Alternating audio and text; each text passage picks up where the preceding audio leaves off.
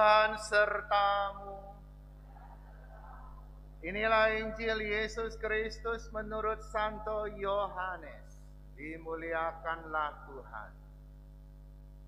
Injil ini panjang, kita duduk saja. Pada waktu malam di hari pertama pekan itu, berkumpullah murid-murid Yesus di suatu tempat dengan pintu-pintu yang terkunci. Karena mereka takut kepada para pemuka Yahudi. Pada waktu itu datanglah Yesus, berdiri di tengah-tengah mereka dan berkata, "Damai bagi kamu." Sesudah berkata demikian, Yesus menunjukkan tangan dan lambungnya kepada mereka. Murid-murid itu bersuka cita ketika mereka melihat Tuhan. Lalu kata Yesus sekali lagi, "Damai bagi kamu. Sama seperti Bapa mengutus aku, demikian juga sekarang aku mengutus kamu." Sesudah berkata demikian, Yesus menghembusi mereka dan berkata, "Terimalah Roh Kudus. Jika kamu mengampuni dosa orang, dosanya diampuni. Dan jika kamu menyatakan dosa orang tetap ada, dosanya tetap ada." Ketika Yesus datang ke situ, Thomas, seorang dari ke-12 murid, yang juga disebut Didimus, tidak ada bersama-sama mereka. Kata murid-murid yang lain itu kepadanya, "Kami telah melihat Tuhan." Tetapi Thomas berkata kepada mereka, "Sebelum aku melihat bekas paku pada tangannya, dan sebelum aku menaruh jariku ke dalam bekas paku itu, dan menaruh tanganku ke lambungnya, sekali-kali aku tidak akan percaya." 8 hari kemudian, murid-murid Yesus berada kembali dalam rumah itu, dan Thomas bersama-sama dengan mereka. Sementara pintu-pintu terkunci, Yesus datang. Ia berdiri di tengah-tengah mereka dan berkata, "Damai bagi kamu." Kemudian Yesus berkata kepada Thomas, "Taruhlah jarimu di sini dan lihatlah tanganku. Ulurkanlah tanganmu dan taruhlah ke lambungku. Dan jangan engkau tidak percaya lagi, melainkan percayalah." Thomas menjawab dia, "Ya Tuhanku dan Allahku." Kata Yesus kepadanya, "Karena engkau telah melihat aku, maka engkau percaya. Berbahagialah mereka yang tidak melihat namun percaya." Memang masih banyak tanda mujizat lain yang diperbuat Yesus di depan mata murid-muridnya yang tidak tercatat dalam kitab ini. Tapi hal-hal ini telah dicatat supaya kamu percaya bahwa Yesuslah Mesias Putra Allah, dan supaya karena percaya kamu memperoleh hidup dalam namanya. Demikianlah Injil Tuhan.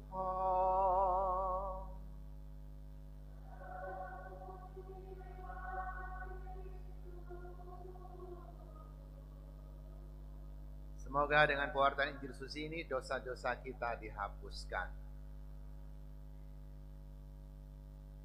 Para rasul dan juga para pengikut mereka berkumpul. Untuk apa? Itu terjadi sesudah Yesus naik ke surga. Berkumpul, saling berbagi harta, saling berbagi makanan. Mengapa mereka bisa berbuat demikian? Saya yakin ini adalah karena mereka menuruti ajaran Yesus. Karena mereka mendapat pengaruh yang baik sehingga hidupnya berubah. Tidak lagi mempertahankan harta sendiri tetapi mau berbagi. Inilah pengaruh yang baik yang Tuhan berikan pada manusia. Dan Tuhan sendiri mengajarkan itu. Berbagi. Hari ini gereja Katolik merayakan kerahiman ilahi.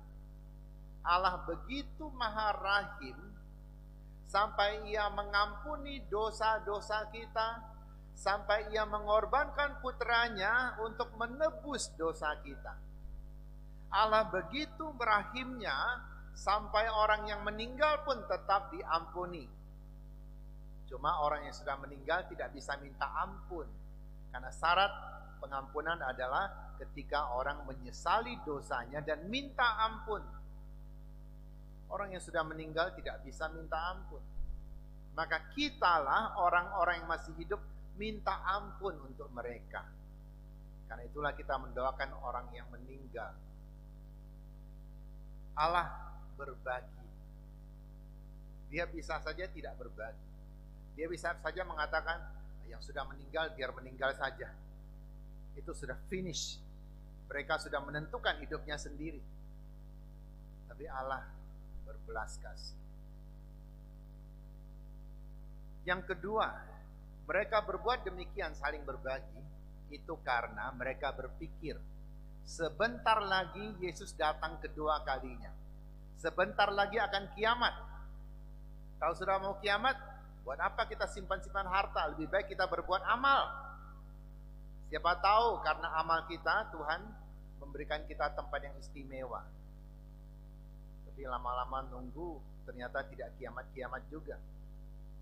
Di luar sana ada banyak gereja dan dalam tanda kutip yang meramal kapan mau kiamat. Oh, sudah ratusan kali diramal, tidak satu pun terjadi. Jika orang membuat ramalan itu, apa akibatnya Anda lihat?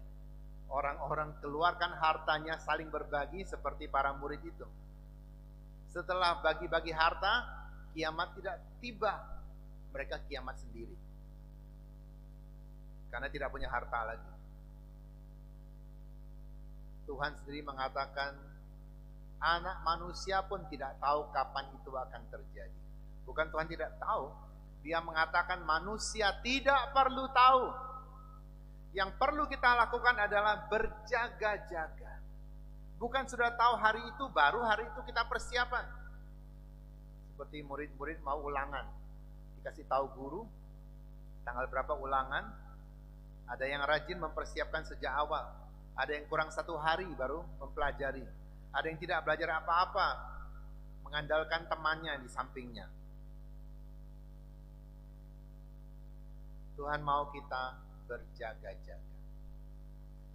Dalam hal berbagi, saya pikir kita juga berbagi tidak hanya kepada orang yang hidup, tetapi kepada orang yang meninggal.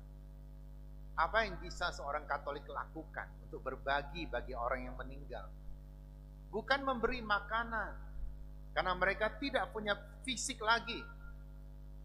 Lebih-lebih yang sudah dikremasi, tambah tidak ada fisik. Mereka tidak perlu makanan. Yang mereka perlukan adalah doa kita. Karena itulah kita berdoa. Tetapi kita juga tidak boleh mengatakan bahwa teman-teman lain di luar Katolik yang membawa makanan untuk leluhurnya untuk dimakan, kita tidak boleh mengatakan bahwa mereka salah. Tidak. Mereka melakukan bakti. Mereka menganggap orang yang meninggal itu seakan-akan masih hidup. Kalau pada saat dia masih hidup, kita persembahkan dia makanan. Apa salahnya dia meninggal juga kasih makanan? Itu bakti. Itu artinya kita tidak pernah melupakan jasa baik leluhur kita atau orang tua kita yang sudah meninggal. Dan itu adalah tradisi. Meskipun pelan-pelan tradisi itu semakin luntur. Orang Katolik bagaimana? Apakah kita memberi makanan? Sudah saya katakan tadi, kita tidak memberi makanan. Kita berikan yang terbaik, yaitu doa. Tapi di antara keluarga tidak hanya ada yang Katolik, ada yang agama lain juga. Bagaimana? Kalau yang meninggal ini bukan Katolik dan dia perlu itu, keluarganya boleh melakukan untuk dia. Tapi orang Katolik, apa yang kita buat? Kita boleh berpartisipasi, memberikan dana, dan hadir pada saat itu. Hanya itu yang bisa kita buat. Lalu kita bawa dalam doa di gereja. Tidak perlu ikut memberikan makanan. Apalagi sesudah doa itu makanan dibawa pulang, makan bersama-sama. Ini tambah tidak benar. Kalau Anda mau tahu tradisi aslinya seperti apa, ada dua versi. Versi pertama adalah seorang pangeran itu difitnah bahwa dia meracuni ayahnya. Tentu saudara lain yang memfitnah dia. Terpaksa dia harus melarikan diri. Dan seorang panglima mengikutinya melarikan diri, melayani dia selama ada di hutan, selama bersembunyi. Lama di hutan, dia kangen minum arak, dia kangen makan daging. Ya, tentu mereka juga berburu, tapi dia mau makan daging yang biasanya dia makan. Tapi tidak ada daging kan? Lalu panglima itu diam-diam menyiapkan daging dan dihidangkan. Pangeran ini makan dengan lahap, senang sekali. Selesai makan, dia tanya, dari mana dagingnya? Panglima mengatakan, ada deh. Dan dia lihat, panglimanya berjalan terpincang-pincang. Kenapa kakimu? Setelah didesak-desak, ternyata panglima itu memotong daging pahanya dan dihidangkan untuk pangeran itu. Pengorbanan tidak? Pengorbanan yang luar biasa. Dan pangeran ini merasa sangat terharu, tersentuh, lalu dia mengangkat panglima itu sebagai saudaranya. Lama berlalu, dia kembali ke negaranya. Tidak ada yang mau mencelakakan dia lagi. Akhirnya dia diakui oleh rakyat dan dia diangkat menjadi raja. Setelah jadi raja, dia lupa jasa panglimanya. Panglimanya kecewa, lalu dia pergi meninggalkan kerajaan, masuk hutan lagi, dan dia bawa ibunya. Suatu hari pangeran ini sadar, dulu ada panglima yang berjasa untuk saya yang saya anggap sebagai saudara. Mana dia? Teman-temannya katakan dia sudah melarikan diri. Dia kecewa karena dia dilupakan. Bukan hanya karena dilupakan, karena dia melihat pangeran ini hidupnya tidak benar, berfoya-foya, tidak urus rakyat.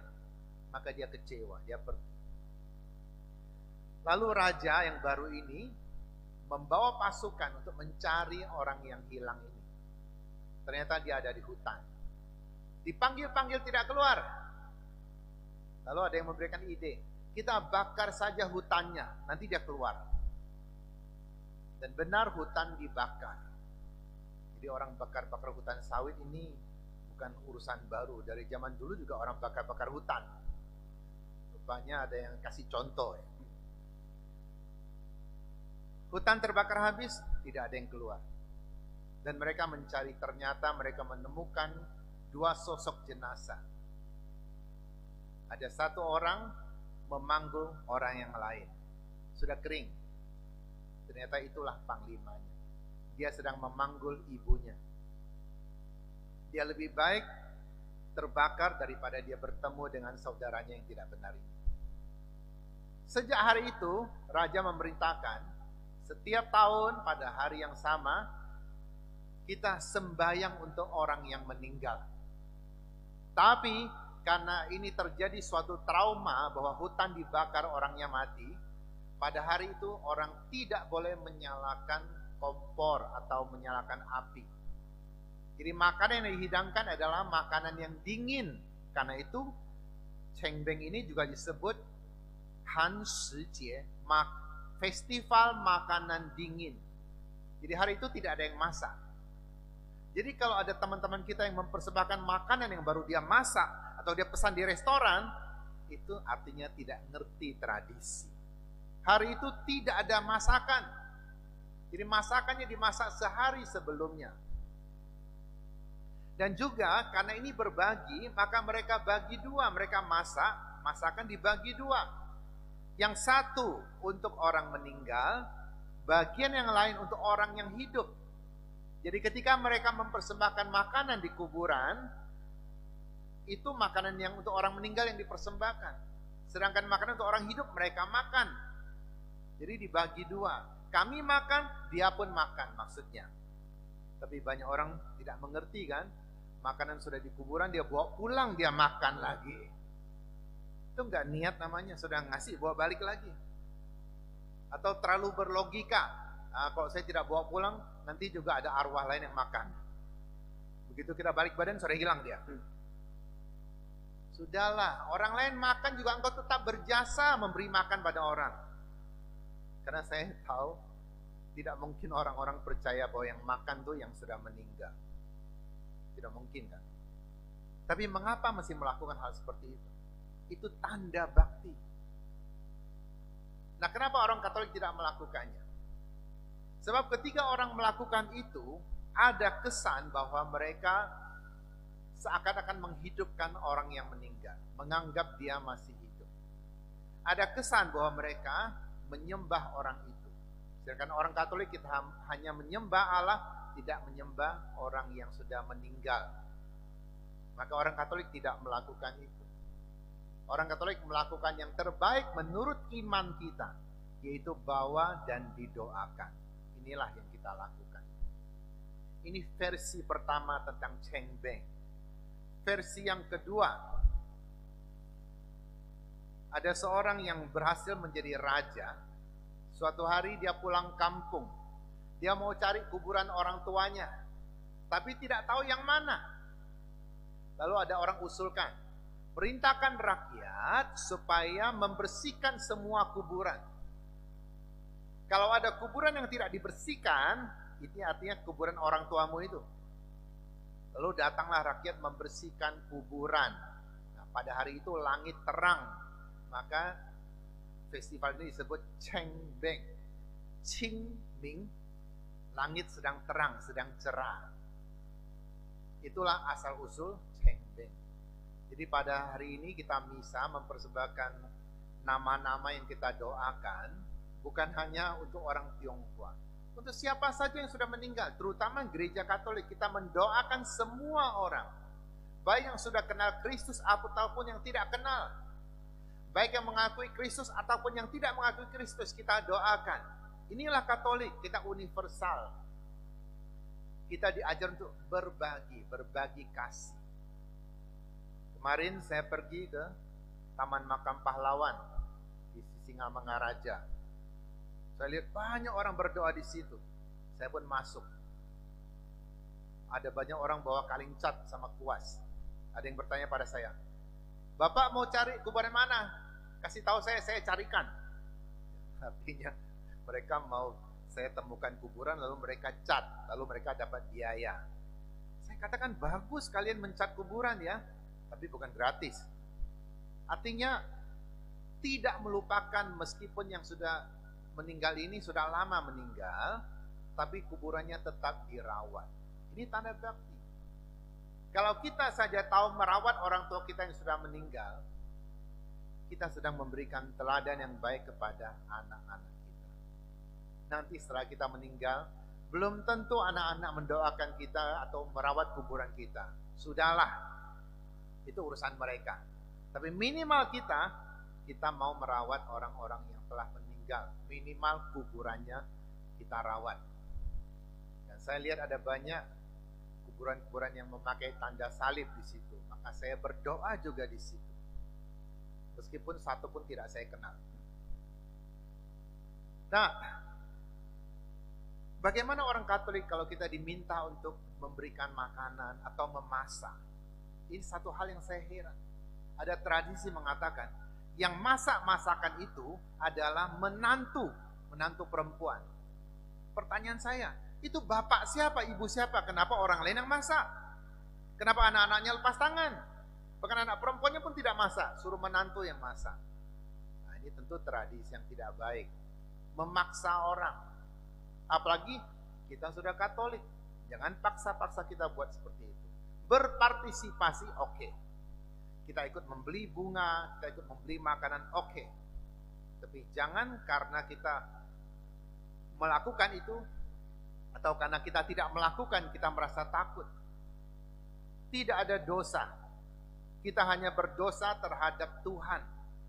Ada yang menakut-nakuti lagi. Kalau tidak kasih makanan untuk leluhur, nanti kita tidak punya rezeki. Hidup kita akan kacau. Orang yang meninggal tidak memberikan pengaruh apa-apa kepada hidup kita. Yang hanya memberikan pengaruh adalah Tuhan Allah sendiri. Jadi jangan percayakan mitos-mitos seperti itu. Tapi ketika saudara-saudara kita memberikan makanan dan berdoa, hormatilah mereka. Hadir tidak masalah. Tapi jangan ikut-ikut bakar-bakar uang kertas di situ. Tidak perlu, biarkan mereka lakukan. Kalau mereka paksa, Anda boleh katakan dengan sopan. Kami punya cara kami sendiri. Apakah kami memaksa engkau melakukan cara kami? Tidak. Kalau demikian, jangan paksa kami melakukan caramu. Masing-masing ada caranya sendiri. Kalau dia takut-takuti kita, kalau engkau tidak lakukan nanti kau celaka. Hidup saya ada di tangan Tuhan. Jadi ingatkan itu. Hidup damai itu lebih baik. Nah, hari ini kita melihat dalam Injil, Yesus menampakkan diri kepada murid-muridnya.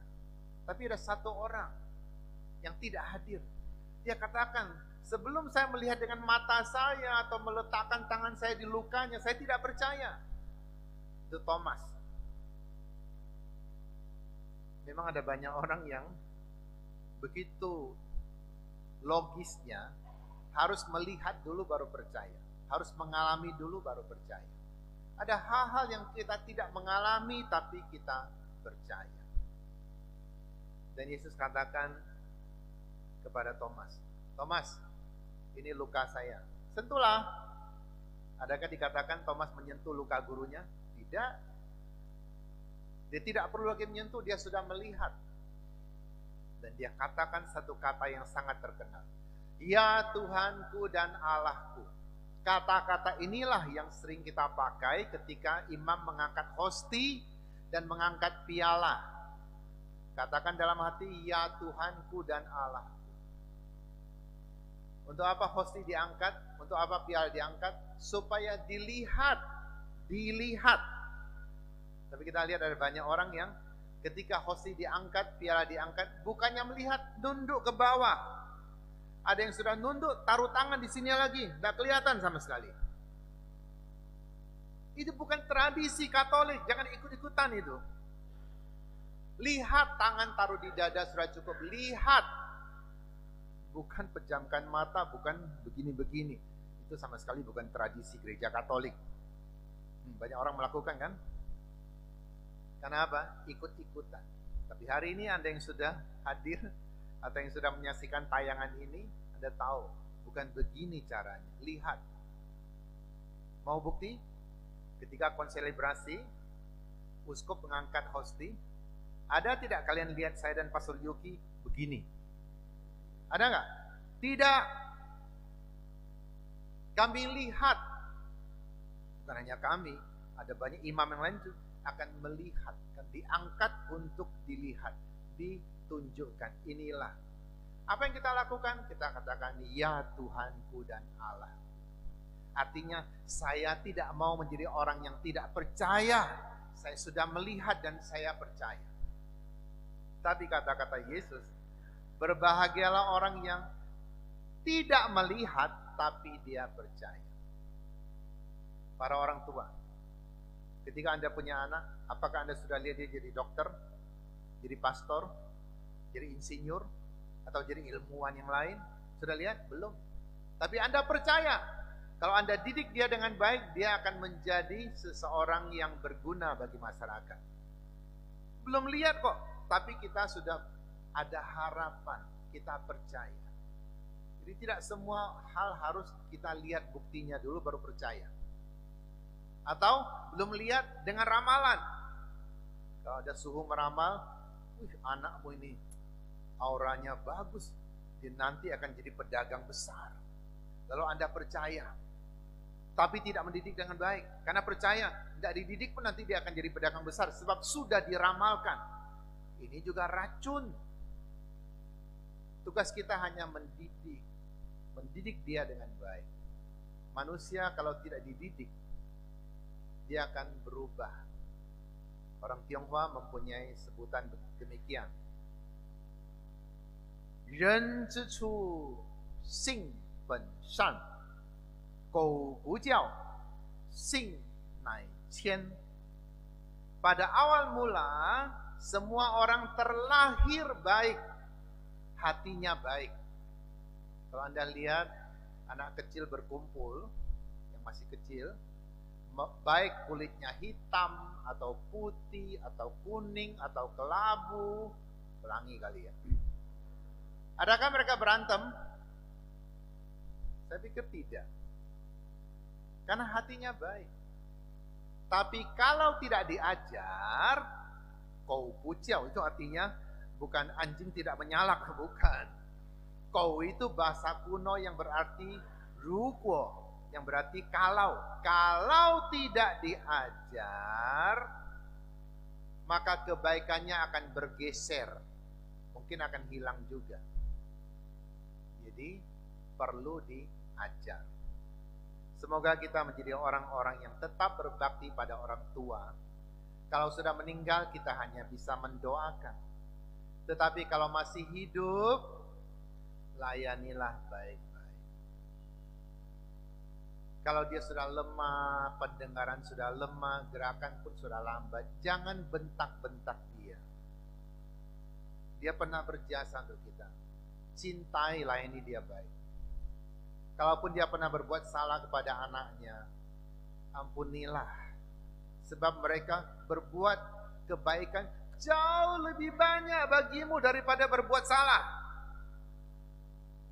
Orang yang berbuat salah pada kita, terutama orang tua kita, berbuat kebaikan jauh lebih banyak. Salah mungkin sekali, tapi kalau ingat-ingat salahnya, kebaikannya jauh lebih banyak. Layani dengan baik. Jangan sudah meninggal baru Anda nangis-nangis. Percuma kali. Berdoa masih bagus. Selama masih hidup layani.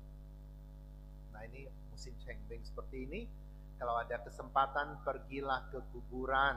Kalau bisa, bersihkan kuburan, tanda bakti kita. Tapi jangan berharap kalau saya bersihkan kuburan nanti saya pulang dapat rezeki. Tidak, rezeki diberikan oleh Tuhan. Ketika Tuhan melihat kemurahan hati kita dan kita mau berbagi, Tuhan juga berbagi kepada kita.